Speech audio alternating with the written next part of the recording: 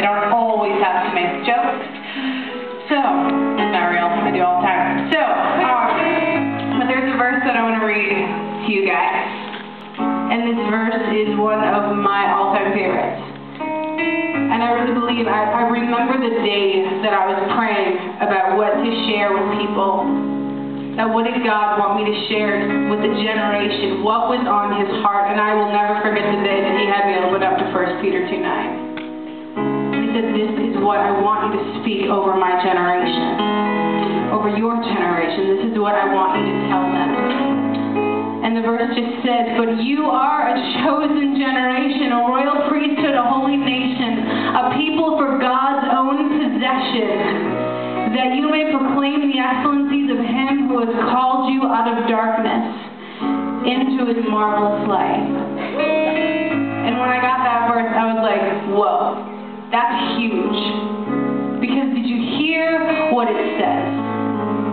It says, but you are the chosen generation.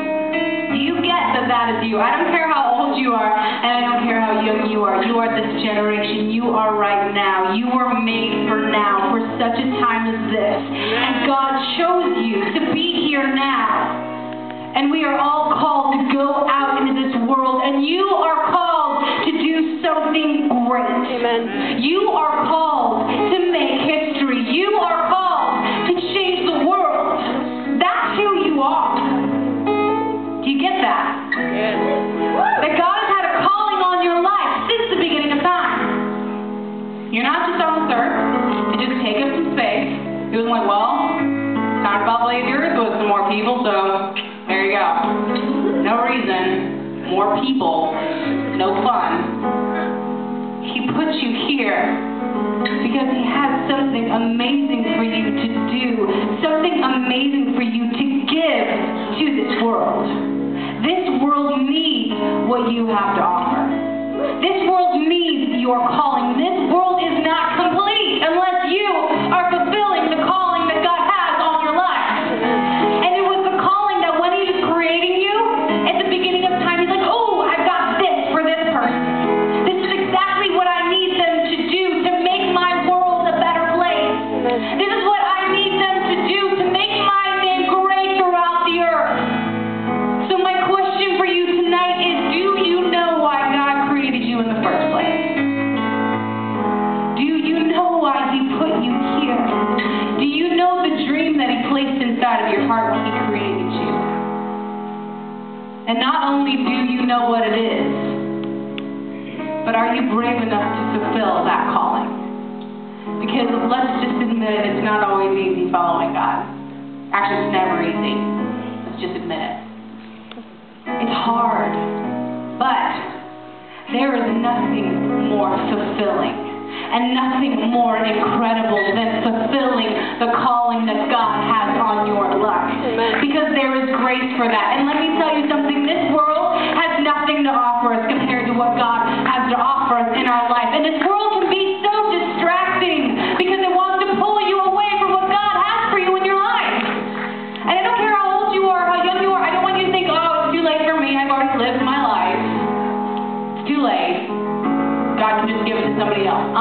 Your story's not done yet. Your calling needs to be fulfilled. You need to step into that. But did you catch the other part of that verse? It says we are a people for God's own possession. In order to be possessed by something, it means that we've got to let go of all that we think we need and all the things that we think we have to have in our lives. And that is how we are possessed by something. How can we grab a hold of something that God has for us if we're holding on to all the things down here that we think we need? God has an incredible plan for your life. Amen. God has an incredible calling on your life. Are you willing to put aside all the things that we think we need, and we need to go to the Creator who created us in the first place and said, what did you make me for? In the first place, what are you calling me to do? Because I believe that you're the next Mother Teresa. I believe that you're the next Joan of Arc. You're the next Martin Luther King. You're the next William Wilberforce. And if you don't know who those people are, get on Google.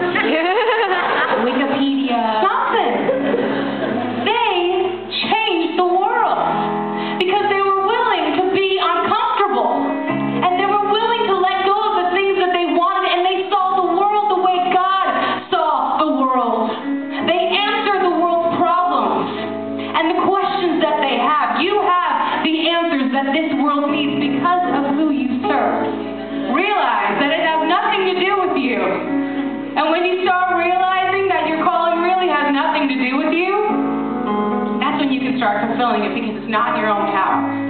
Because it's not you striving to do something, it's you walking the path that God had planned for you to walk since the beginning of time. Why are you here? What are you called to do? Are you called to cure cancer? Are you called to be the next president of the United States? What are you called to do? Don't think so small. Get outside of your box. Our God is a big dreamer. What does He have for you? What does He have for you? Maybe you're called to be a mom. That is one of the biggest callings in the world, to raise kids. Because we wouldn't be here if it wasn't for our mom, who sacrificed everything in her life to raise godly kids. There is no calling too great or too small. Everything is great in God's eyes. Amen. Everything is great in God's eyes. Mother Teresa loved dying people. It's all about love. That's what our calling is. God said, but the greatest of these is love. So, are you ready to lay everything down for love? Are you ready to listen to the heartbeat of God and let the things that break His heart break your heart? Because when you fall so madly in love with Him, your heart's going to beat at the same time. And you're going to pursue the things that He is calling you to pursue. What is God calling you today to do? What is He asking you to do? We are all called to do great things. And I know and I see greatness in every single one of you. So march to the rhythm of His heart, and that is when you will change the world.